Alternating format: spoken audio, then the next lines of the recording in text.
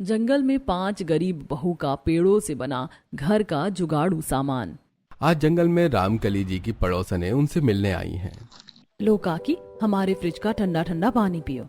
यहाँ जंगल में फ्रिज कहाँ से आया? बहन, हमारे घर में fridge, washing machine, table, bathroom सब है जंगल में ही। हम तुम्हारी तरह अमीर नहीं है, लेकिन मेरी जुगाड़ू बहुओं के कारण सब पॉसिबल हो गया। मेरी तरह आप भी यही सोच रहे हैं ना? आखिर ये लोग जंगल में क्यों रह रहे हैं और जंगल में इतनी सुख सुविधाएं आई कहाँ से? चलिए, अब तो ये स्टोरी देखने के बाद ही पता चलेगा।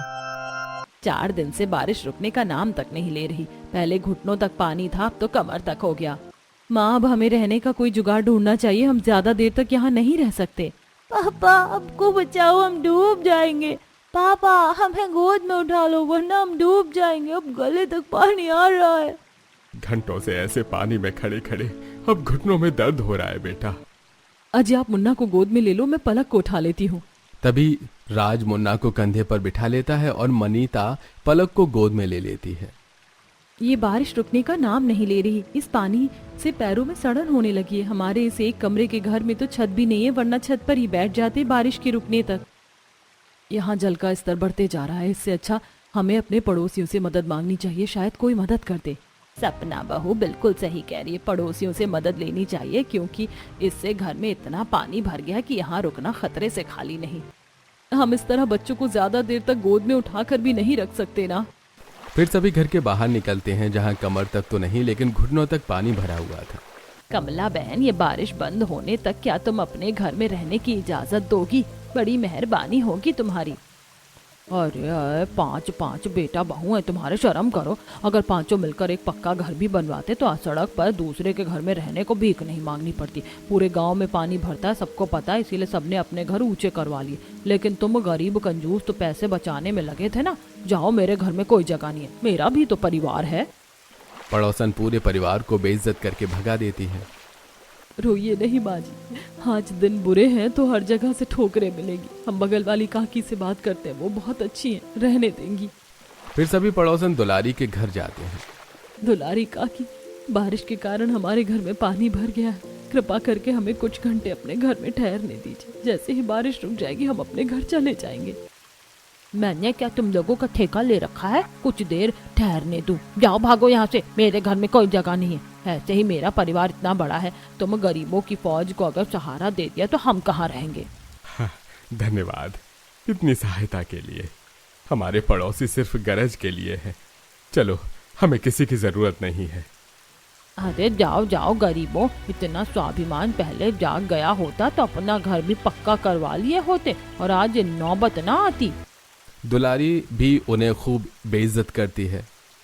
भारी बारिश में घुटनों तक पानी में सभी सड़क पर खड़े थे कि तभी रामकली जी की एक पड़ोसन। रामकली बहन, चाहिए तो कुछ समय के लिए मेरे घर में छत पर तुम सभी ठहर सकते हो, लेकिन मैं ज्यादा देर तक नहीं रोक पाऊंगी, क्योंकि मेरे घर में बहू बेटों की चलती है और तुम्हें तो पता है ना। बड़ी मेहरबानी होगी बहन, बस आज रात की बात है, हम सुबह ही चले जाएंगे।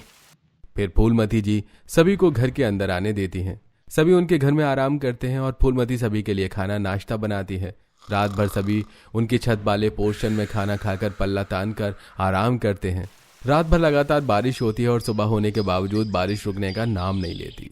बहू, ऊपर सभी आराम कर रहे हैं, चाय बना दे उनके लिए, ठंड लग गई होगी बारिश से। गरीबों की फौज घर में बिठा रखी हो, यही काम है क्या कि दिन रात अब मैं उनके लिए चाय नाश्ता खाना बनाते रहूं? भंडारा नहीं लगाए, अब भगाओ सबको यहाँ से, वरना मैं चली जाऊंगी। रानी के कटु वचन घर वाले सुन लेते हैं। तभी रानी छत पर जाकर, तुम सभी को शर्म है या नहीं? जाओ, निकलो हमारे घर से। एक रात की बात थी, बहुत एडजस्ट कर लिया, चलो भागो अब। और इस तरह पड़ोसी भी बहुओं और ससुराल वालों को बेइज्जत करके उन्हें वहां से भगा देते हैं। बस बहुत हो गया, यहाँ वहां की जिल्लत झेलने से अच्छा हम इस पानी में डूबकर मर जाते, फिर भी अच्छा होता। ऐसा नहीं कहते जी, कोई ना कोई सोल्यूशन तो होगा ही। पूरे गांव में हर जगह पानी भरा हुआ है, हमें बाहर जंगल की तरफ जाना चाहिए, क्योंकि पानी में ज्यादा देर रहना ठीक नहीं है। अगर सांप या बिच्छू रहा और काट लिया तो दिक्कत हो जाएगी। सभी पानी में चलते हुए जंगल की ओर बढ़ते जाते हैं। इतनी बारिश में जंगल में भी जाकर क्या फायदा, हमारे रहने के लिए जंगल ठीक नहीं है। फिलहाल यही एक जगह है जहाँ पानी नहीं है। हमें कुछ देर तो यहाँ ठहर ही सकते हैं। आस पड़ोस वालों से भीख मांगने से अच्छा है कि स्वाभिमान से यहाँ रुक जाए। बाकी जीना मरना सब भगवान के ऊपर है। बहू सही कह रही है, हमारा जंगल में रहना ठीक है, यहाँ जंगली जानवर भी नहीं है। फिर सभी जंगल के अंदर जाते हैं। ऐसे मौसम में क्या हम पेड़ों पर रहेंगे बहू? देख कैसे बारिश रुकने का नाम नहीं ले रही। तभी मनीता की नजर एक बड़े से पेड़ पर पड़ती है।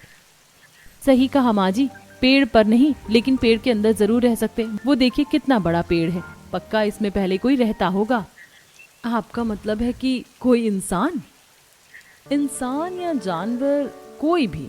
फिर मनीता पेड़ के पास जाकर उसके अंदर झांकती है, जो कि अंदर से बहुत ही बड़ा होता है। माँ जी, हम यहाँ कुछ दिन रुक सकते हैं। ये पेड़ अंदर से काफी बड़ा है। कितना भी बड़ा हो दीदी, हम 14 लोग हैं, इसमें 14 लोगों का रहना पॉसिबल ही नहीं। आप सभी का दिमाग खराब हो गया है? हम बेघर हो गए हैं और आप सभी ये जंगल जंगल खेल रही हो। भैया आप तो कुछ कहो। सही कहा दीपक ने, अगर तुम सभी को यहाँ रहना है तो रहो, हम नहीं रहने वाले। चलो भाइयों, हम रहने के लिए कुछ जुगाड़ करते हैं, वरना पानी अगर रुक जाएगा तो हम वहीं जाकर रहेंगे। एक कमरे का घर है, जितना पानी भरा था अब तक तो वो घर बह गया होगा। वहाँ जाने का कोई फायदा नहीं होगा। लेकिन पांचों पति अपनी बीवियों की एक नहीं सुनते हैं और वहाँ छत ढूंढने की तलाश में निकल पड़ते हैं। बहनों, अब हमें ही करना है जो करना है। देखना हमारे पति फिर से वापस आएंगे, क्योंकि गांव वाले बहुत घमंडी हैं। कोई हम गरीब की मदद नहीं करने वाला। फिर पांचों बहुएं उस बड़े से पेड़ के अंदर जाती हैं। ये तो एकदम कमरे के जैसा है। 2 लोग यहाँ रहने का जुगाड़ करो, 2 लोग जाकर बाहर खाने पीने की तैयारी करते हैं। फिर जानवी और प्रिया पेड़ के अंदर साफ सफाई करती हैं और बाहर से लकड़ी ले जाकर अंदर मिट्टी का चूल्हा बनाती हैं और एक रसोई तैयार करती हैं। वहीं सास रामकली बड़ी बहू मनीता के साथ मिलकर मिट्टी के बर्तन तैयार करती हैं। ले बहू, बर्तन तैयार हो गए, अब खाना पकाने में कोई दिक्कत नहीं होगी। तभी राधा और सपना जंगल से कुछ सब्जी और फल तोड़ कर लाती हैं। देखो, आज के खाने का इंतजाम तो हो गया। राशन नहीं है लेकिन हम इन सब्जियों को उबाल कर तो खा ही सकते हैं। लाओ दीदी, मैं इसे पका कर लाती हूँ। फिर प्रिया और जानवी सब्जियों को अच्छे से धोकर उसे उबाल कर सभी को खाने के लिए देती हैं। वहाँ पेड़ के अंदर घर बनाकर पांचों बहुएं और सास ससुर आराम कर रहे थे। वहीं पांचों भाई बारिश में दर बदर की ठोकरें खा रहे थे। लगता है हमारी पत्नियां सही कह रही थी भैया। देखो ना, कोई भी हमें रहने का ठिकाना देने को तैयार ही नहीं है। मुझे तो इस बारिश से अब सर्दी लग रही है, हमें जंगल ही लौट जाना चाहिए। मुझे भी अब कोई उपाय नजर नहीं आ रहा है, लेकिन कोशिश तो कर सकते हैं ना। पांचों भाई रात भर बारिश में भीग कर रहने का जुगाड़ करने की कोशिश करते हैं। वहीं पांचों बहुएं आराम से पेड़ के अंदर अपनी रात गुजारती हैं। अगली सुबह, अयो अम्मा रे, मेरा पेट बहुत दर्द हो रहा है, बहुत तेज से आई है। क्या आई है दीदी? झाड़े जाना है, कुशल खाना। यहाँ ये व्यवस्था कहाँ से मिलेगी? बहू एक काम करिए, मिट्टी की हांडी में पानी लेकर यहीं जंगल में कहीं बैठ जा। चीची अम्मा, कैसी बातें करती हो? वातावरण कितना प्रदूषित होगा उससे। यहाँ जंगल में तो वॉशरूम भी कहीं नहीं मिलेगा। मैं खुले में शौच नहीं करूंगी। तभी मनीता पास ही एक बड़ा सा पेड़ का गट्ठर देखती है। राधा, बस कुछ समय कंट्रोल कर लो, मैं जुगाड़ करती हूँ। फिर मनीता पेड़ के गट्ठर को एक नुकीले पत्थर से खोदकर एक कमोड तैयार करती है। अब बस इसके चारों तरफ की दीवार तैयार करनी है। फिर चारों बहुएं जंगल से ढेर सारी बांस की लकड़ी काट कर लाती हैं और उससे जोड़कर टॉयलेट के आसपास की दीवारें तैयार करती हैं और अंदर लकड़ी की टॉयलेट की सीट बिठाती हैं। ये देखो, ये हो गया हमारा टॉयलेट तैयार। जाओ राधा, तुम हल्की हो लो। काफी राहत मिली दीदी हल्की होकर। अब आप सब भी जाकर फ्रेश हो जाओ। फिर एक एक करके सारी बहुएं और सास ससुर फ्रेश होकर आते हैं। एक बात जान लो बहनों, अगर यहाँ रहना है तो हमें बेसिक जुगाड़ तो करना ही होगा, और एक पेड़ के अंदर इस तरह रहना पॉसिबल नहीं है। सारी बहुएं मनीता की बातों पर हामी भरती हैं। वहीं सभी पांचों बहुओं के पति थके हारे बारिश में भीगे हुए वहां आते हैं। क्या हुआ, आप लोगों ने रहने का जुगाड़ कर लिया? हम लोग बहुत गलत थे, रात भर भटके हैं लेकिन कहीं रहने का ठिकाना नहीं मिला। इसीलिए कहती हूँ, यहीं सब लोग रहो, मिलकर रहेंगे तो सब हो जाएगा। ये टॉयलेट किसने तैयार किया? हम पांचों बहुओं ने भैया। आप सभी फ्रेश हो जाओ, तब तक हम खाने पीने का इंतजाम करते हैं। पांचों भाई बारी बारी से पेड़ से बने टॉयलेट में फ्रेश होने के लिए चले जाते हैं। बाथरूम तो कर लिया, लेकिन 2 दिन से ढंग से नहाए नहीं बहू। अगर ऐसे नहाने का कोई जुगाड़ हो जाता तो मजा आ जाता। वैसे भी ऐसे खुले में नहाना अच्छा नहीं लगता और बिना नहाए कितने ही दिन रहेंगे। मेरे पास एक जुगाड़ है, क्यों ना हम इस पेड़ में बाथरूम बनाएं। ये पेड़ काफी मोटा है, कोई तकलीफ भी नहीं होगी। हाजी आप ना शावर और नल लेते आओ और एक लंबी पाइप भी लेते आना। हम पाइप डायरेक्ट नदी में डाल देंगे, वैसे भी नदी बगल में ही है। ठीक है। फिर राज विवेक के साथ नल लाने के लिए बाजार जाता है और बाकी के 3 भाई जंगल से बांस की लकड़ियां काट कर उस बड़े से पेड़ के ऊपर एक और घर बांधने लगते हैं। वहीं बहुएं पेड़ में नहाने के लिए बाथरूम बनाती हैं। ये लो, मैं नल ले आया। लाओ भैया, मैं इसे फिट कर देता हूँ। फिर दीपक नल और शावर बाथरूम में फिट कर देता है और सोनू पाइप का एक सिरा नदी में डाल कर आता है तो दूसरा सिरा नल से जोड़ देता है। अरे लो, हो गया नहाने के लिए पेड़ में जुगाड़ू बाथरूम भी तैयार। मैंने तो कभी सोचा भी नहीं था कि मेरी 5 बहुएं इतनी जुगाड़ू है। कोई सोच भी नहीं सकता कि पेड़ के अंदर भी नहाने के लिए बाथरूम हो सकता है। मम्मा ये तो बहुत बढ़िया है। वाकई मम्मा ये काफी बढ़िया है। इसमें तो पहले मैं ही नहाऊंगा। नहीं नहीं, पहले मैं नहाऊंगी। चलो मैं दोनों को नहला देती हूँ। फिर सभी बारी बारी से पेड़ में बने बाथरूम में नदी के ठंडे पानी से शावर लेते हैं।